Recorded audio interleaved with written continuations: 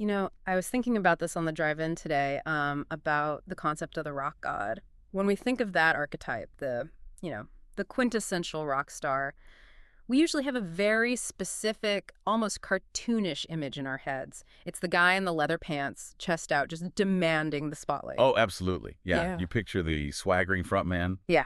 the Mick Jaggers, the Robert Plants, the Steven Tylers, those Yeah. people who are actively conducting the energy of the stadium, Mm. basically screaming, "Look at me! I as the boss!" Yeah. It's a very ego-driven role. It's all about control and projection. Exactly. But today we are doing a deep dive into a man who he breaks that mold entirely. We're talking about a man who was arguably the biggest cult leader in the history of American music. A man who helmed a cultural phenomenon that lasted 30 years, spanned the globe, and it generated a level of devotion that really borders on religious. And yet, if you asked him, he would tell you he wasn't the leader. He would probably tell you he didn't even want the job. He personally disavowed the role. It's this massive contradiction. A man who became the sun that an entire universe orbited around, but who just wanted to be a planet. And that is the central paradox of Jerry Garcia, the anti-star. Here you have a guy who becomes the face of a massive counterculture movement, yet he had a profound, almost pathological struggle with the idea of deciding, of picking a path. He wanted to make it up as he went along. He wanted to be part of the music, not above it. So that is our mission for this deep dive. We want to move past the caricature. We all know the iconography, the dancing bears, the tie-dye shirts, the skeletons, the hazy smoke-filled arenas. It's so easy to stop there, to just say, oh, the hippie guy. Oh, but when you look at the stack of research we've pulled together for today, the biographies, the equipment logs, the medical history, you find a much more complex and, frankly, a much more tragic human being. It's a fascinating psychological profile, really. We aren't just looking at a hippie with a guitar. We're going to look at the severe childhood trauma that really shaped his brain. We're going to unpack his obsession with improvisation, not just as a musical choice, but as a survival mechanism. And for the gearheads listening, and I know you're out there, we are going to get into the weeds on the technical side, because the tools he used, those famous custom guitars, they tell a story all their own. And finally, we have to look at the cost. The health battles and the personal struggles that, they paralleled that rise to fame. Because you don't live that kind of life without paying a price. So let's start at the beginning, and I mean the real beginning, because I think a lot of casual listeners assume Jerry Garcia just sort of floated out of a cloud of marijuana smoke in San Francisco in 1965, fully formed. Right, like he was born wearing tie-dye and holding a joint. Exactly. But his origin story doesn't read like a peace and love fairy tale. It reads more like a tragedy. It really does. Yeah. I mean, if you want to understand the resilience and the detachment that defined his later life, you have to look at his childhood in the 1940s. Specifically, there were two events that happened within a year of each other that just shattered his world and, in many ways, built the Jerry Garcia we know. The first one involves a physical scar that he carried his whole life. And honestly, it's one of those facts that casual fans are always sharp to learn. The finger. The finger. Jerry Garcia, a world-ranked guitarist, a man whose hands were his livelihood, was missing 2/3 of his right middle finger. It's almost inconceivable for a musician. But here's the context. It's 1946. Jerry's only 4 years old. The family's on vacation in the Santa Cruz Mountains. Jerry and his older brother Tiff are given a chore. They're chopping wood. Which, let's be honest, giving an axe to young children is already a terrifying sentence for any parent listening. It was a different time, for Right. sure. So Tiff is doing the chopping, and Jerry, being the little brother, is tasked with steadying the wood on the block. You can see where this is going. Ugh, makes me wince just thinking about it. Tiff miscalculates. Wow. The axe comes down, and it severs Jerry's middle finger on his right hand. That is a traumatic event for an adult, let alone a 4-year-old. But what I found fascinating in the research is Jerry's reaction to this as he grew up. He didn't seem to develop a complex about it. No, not at all. He didn't hide it. He didn't keep his hand in his pocket. In fact, he kind of used it to show off. He was the kid on the playground waving the nub around to, freak out the other kids. He turned a deficit into a distinction. So he owned it. He absolutely owned it. And from a musical standpoint, this is crucial. Think about it. When he started learning guitar, he couldn't use the standard textbook finger-picking techniques. He physically couldn't do it. So he had to adapt. He had to invent his own way of attacking the strings. So that unique Garcia sound, that articulation, partly comes from a physical limitation. Exactly. It taught him a lesson that would define the rest of his life. If the situation isn't perfect, you don't stop. You adjust your grip. You improvise. You work with what you have, not what you wish you had. But the physical trauma was just the prelude.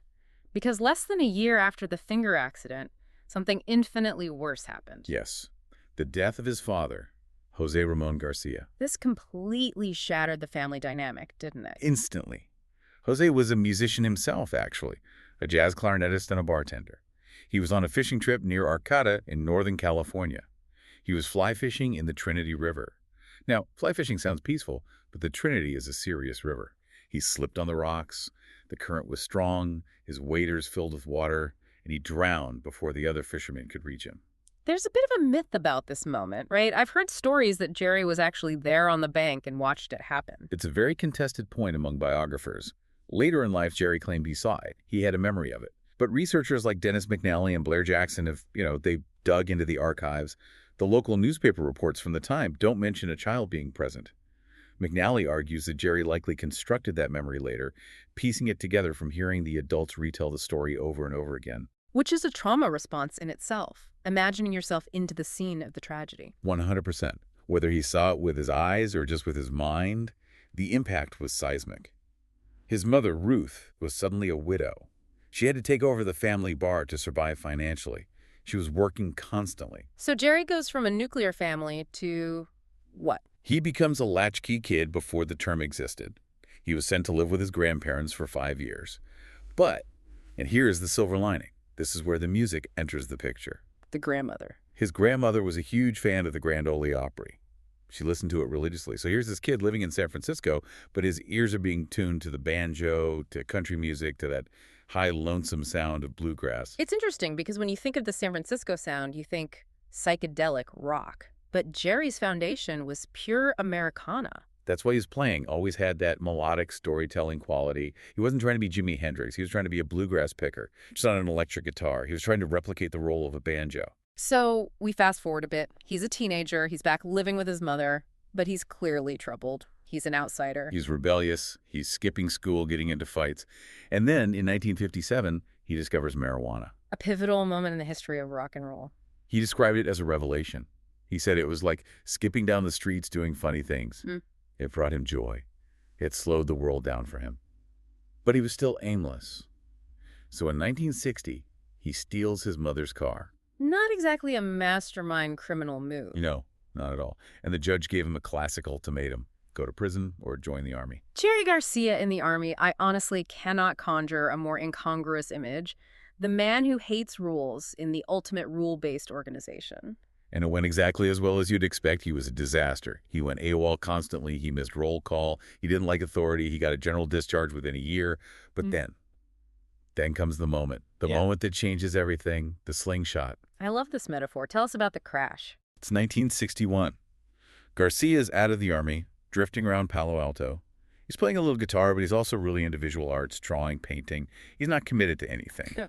One night, he's in a car with some friends. The driver is a guy named Lee Adams. And they aren't exactly driving safely. They're doing 90 miles per hour in a 1961 vehicle. That is terrifying. A 1961 car is basically a metal box with no seatbelts, stiff steering, and bad brakes. Doing 90 is a death wish. It was. They hit a curve near the Veterans Hospital. The car rolls. It's a violent crash. The force is so extreme that Garcia is thrown through the windshield. Really thrown out of the car. He was launched with such velocity that he was thrown out of his shoes. Lands in a field. He's alive. He has a broken collarbone, but he's alive. The driver's thrown out too.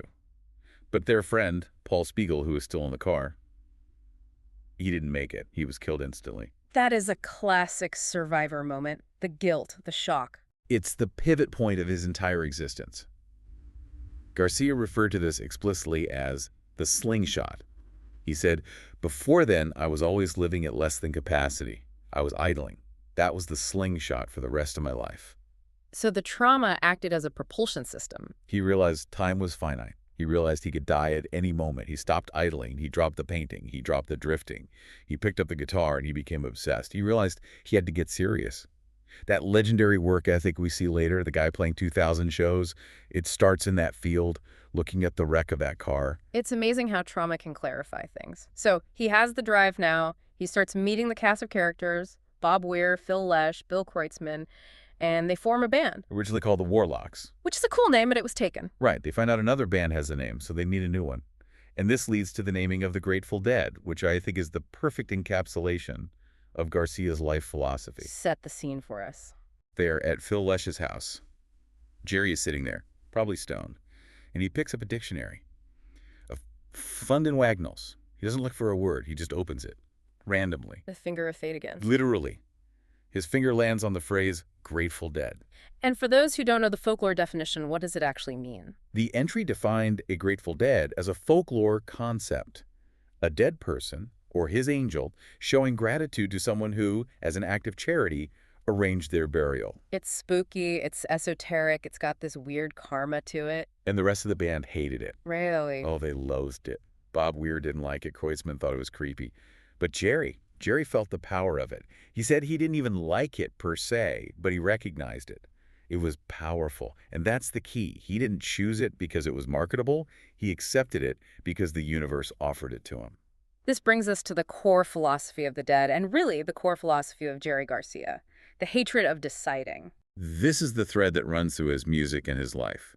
There's a famous quote from Garcia where he says, "The idea of picking, of eliminating possibilities by deciding, that's difficult for me." Which is a beautiful way to look at improvisation, but maybe a difficult way to run a business or a personal life. Precisely. In the music, it was magic. This approach originated from the acid tests in the mid-60s. We should explain the acid tests for the younger listener. These were wild, chaotic parties hosted by Ken Kesey and the Merry Pranksters. The Kool-Aid was literally laced with LSD. The band wasn't there to perform a show. They were there to provide a soundtrack to the collective trip. They weren't playing songs. They were exploring sound. So the goal wasn't get from the verse to the chorus. The goal was find out what happens next. Exactly. Never play a song the same way twice. That became the mandate. And think about the pressure that puts on a musician. If you're a pop act, you perfect your set. You go out, you execute, you get the applause. If you're Garcia, you are walking onto a stage in front of 20,000 people with no safety net. You have to create something new every single night. And he was the engine of that, right? Even though he didn't want to lead. He was the melodic center. He had this fascinating interplay with Bob Weir. Garcia said he often took his cues from Weir, because the drummers and Phil Lesh, the bassist, they were often playing in the swirling, non-traditional way. Garcia relied on Weir to be the bridge, but ultimately the audience looked to Jerry. He was the wizard. In that role, the wizard who must conjure magic on command is a heavy burden. Okay, let's unpack the wizard's wand here, because we have a section in the notes on the tools of the trade, and for the gearheads listening, this is where it gets really interesting. I think there's a misconception that because they were hippies, they were playing beat-up instruments. Oh, not at all. Jerry was a gearhead. His pursuit of tone was scientific. It was engineering. He started with standard stuff. Guild Starfires, Les Pauls, the famous alligator Strat. But then we get into the custom era. The Doug Irwin guitars. This is the Wolf and Tiger era. These aren't just instruments. They are pieces of art and highly complex machinery. Let's talk about Wolf first, 1973. So he buys a guitar from this luthier Doug Irwin. He loves it so much he orders a custom one. That becomes Wolf. It costs $1,500. Now, in 1973 dollars, that is an exorbitant amount of money for a guitar. That's the price of a decent car back then. It had a Purple Heart wood core, crazy intricate inlays. It was the guitar he used during a huge peak in the 70s. That guitar eventually sold at auction for nearly $2 million. But then things get heavier. Literally. Let's talk about Tiger. Tiger. This is the guitar I visualize when I think of older Jerry. The dark wood, the intricate inlay. He got it in 1979. He played it for 11 years, longer than any other guitar. And it is a beast. The body's made of cocobolo with a maple stripe and vermilion. But the most shocking stat is the weight. It weighed 13.5 pounds. 13.5 pounds. For context, a typical Stratocaster is maybe 7 or 8 pounds. A heavy Les Paul is maybe 9 or 10. Holding 13.5 pounds around your neck for 3 hours a night, that is physical labor. It took a massive physical toll on his spine. But he needed that mass for the sustain. He wanted the note to ring out forever. Physics dictates that a heavier, denser body absorbs less string energy, so the string vibrates longer. And the electronics were fascinating too. It wasn't just wood. No, it had an effects bypass loop. Break that down for us non-engineers. Why did he need that? Okay, so usually if you turn down the volume knob on your guitar, it changes the electrical impedance going to your pedals. It changes the tone, usually making it muddier or cleaning up the distortion when you don't want to. Jerry didn't want that. He wanted to control the volume of the output without changing the tone of the effects. He wanted the distortion to sound exactly the same, just quieter. Exactly. So he had a system built into the guitar where he could turn down the master volume. But the signal going to the pedals was still full strength. It gave him total control. That is such a specific control freak detail for a guy who supposedly hated making decisions. Isn't it? When it came to the sound, he was incredibly decisive. He also used this massive amp, the Macintosh MC2300, known as the Budman, because it had a Budweiser sticker on it. And this wasn't even a guitar amp, right? No, it was a hi-fi power amp. It was designed for audiophile stereo systems. It was designed to be ultra clean. He didn't want the amp to distort. He wanted pure, uncolored volume so his pedals and his fingers could do the talking. He used that amp for 2 decades. So you have this high-tech, custom-engineered rig. This wasn't just hippie jamming on a porch. This was sonic architecture. It really was, and he kept pushing. His later guitar, Rosebud, had MIDI controls built in so he could sound like a flute or a trumpet. He was always looking for the next sound. Now, we've established he's the reluctant leader of the Dead. But the man simply loved to play. It wasn't enough to do the Dead tours. He had a work ethic that bordered on workaholism. The Renaissance man. This is what people forget. The Dead would come off a grueling tour, everyone else would go home to rest, and Jerry would immediately go play a gig with the Jerry Garcia band. Or Old and In the Way, his bluegrass group. He just couldn't stop. He couldn't idle. It goes back to the car crash. He felt the clock ticking. And his tastes were so eclectic. Bluegrass, jazz, folk, reggae. And he was a session musician. He shows up on albums you wouldn't expect. Like Jefferson Airplane. Yes, on their masterpiece, Surrealistic Pillow. He's listed in the credits as spiritual advisor, which is hilarious, but he actually played guitar on Today and Coming Back to Me. He was in the studio helping them shape their sound. And there's a famous connection to CSNY Crosby, Stills, Nash & Young. This is my favorite session story. You know the song Teach Your Children. Of course. Teach your children well. It's a classic. That iconic pedal steel guitar part that just lifts the whole song. That's Jerry Garcia. No way! I've heard that song 1,000 times. That's him. And here's the best part. He was just learning pedal steel at the time. He wasn't a master yet. He was experimenting. And he didn't do it for cash. He recorded that track in exchange for giving the band harmony lessons. A barter system. Yes. The Dead were working on their album Working Man's Dead at the time, and they wanted to move away from the psychedelic chaos and learn how to sing tight harmonies like CSNY. So Jerry said, I'll play steel on your record. You teach my guys how to sing. A handshake deal among rock legends. I love it. And we can't skip the visual art. In the late 80s and 90s, he went back to his roots, sketching, digital art.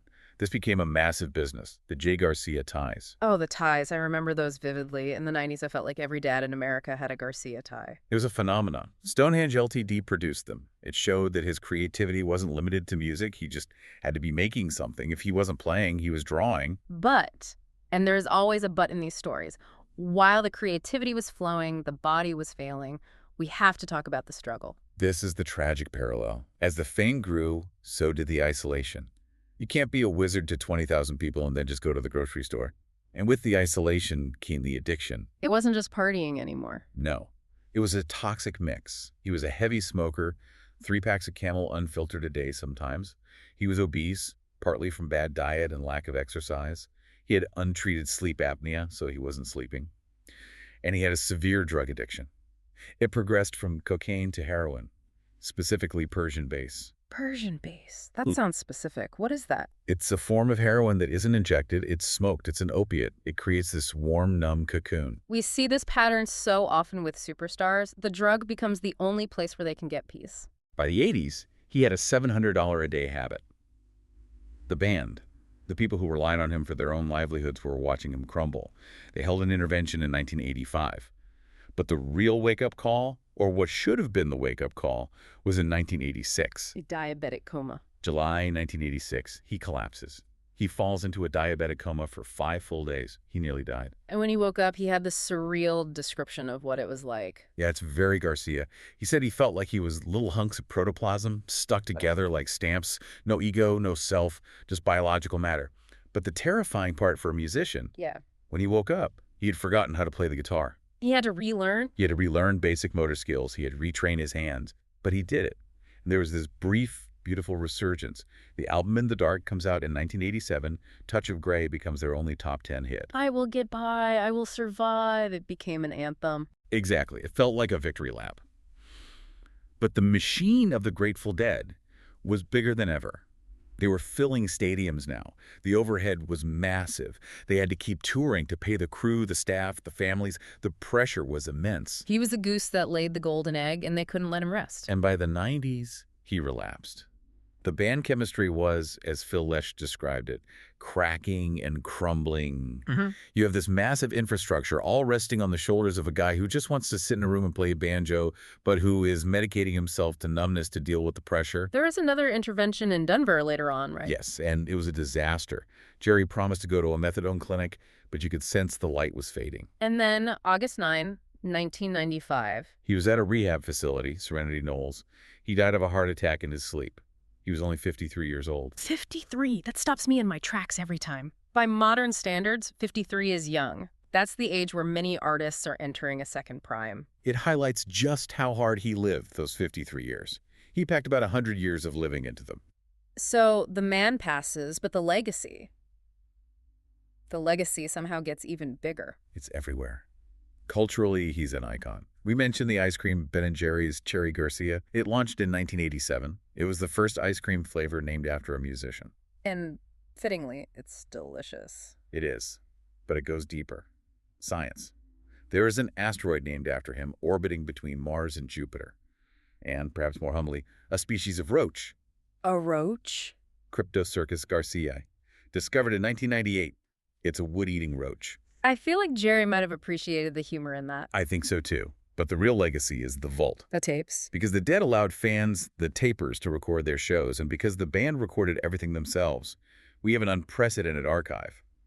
Henry Kaiser, a guitarist and peer, estimates there are 15,000 hours of Jerry Garcia's guitar work preserved on tape. That is a staggering statistic. 15,000 hours you could listen for years and never repeat a track. And because of the improvisation philosophy we talked about earlier, you'd never hear the same musical idea twice.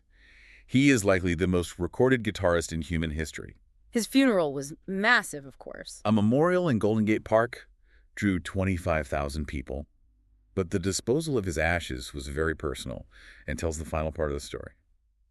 Half were spread in the San Francisco Bay, which makes sense. That was his home. But the other half were taken to India. Bob Weir and Jerry's widow, Deborah Coons, took them to the Ganges River. From the Trinity River, where his father died, to the Ganges, it's a complete circle. It is. So let's try to synthesize this for the listener. We have the anti-star, the man who wouldn't lead, leading the biggest parade in town. I think the tragedy and the beauty are intertwined. He sought total freedom. He found it in improvisation, in that space where you don't have to decide, you just are. But the real world requires decisions. It requires maintenance of the body. And the massive machine of the Grateful Dead eventually trapped him. It goes back to that car crash in 1961, the slingshot. Yes, that second chance at life created 30 years of incredible art. He didn't idle, he burned the engine hot. But engines that run that hot, without maintenance, eventually break down.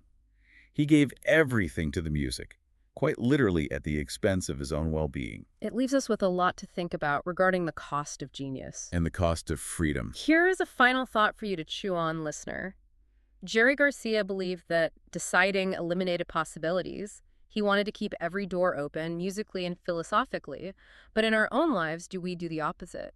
Do we limit ourselves by picking a path too early? Or do we have the courage to make it up as we go along, despite the risks? Sometimes the most beautiful notes are the ones you didn't plan to play. Exactly. Thanks for diving deep with us into the life of Jerry Garcia. We'll see you on the next one.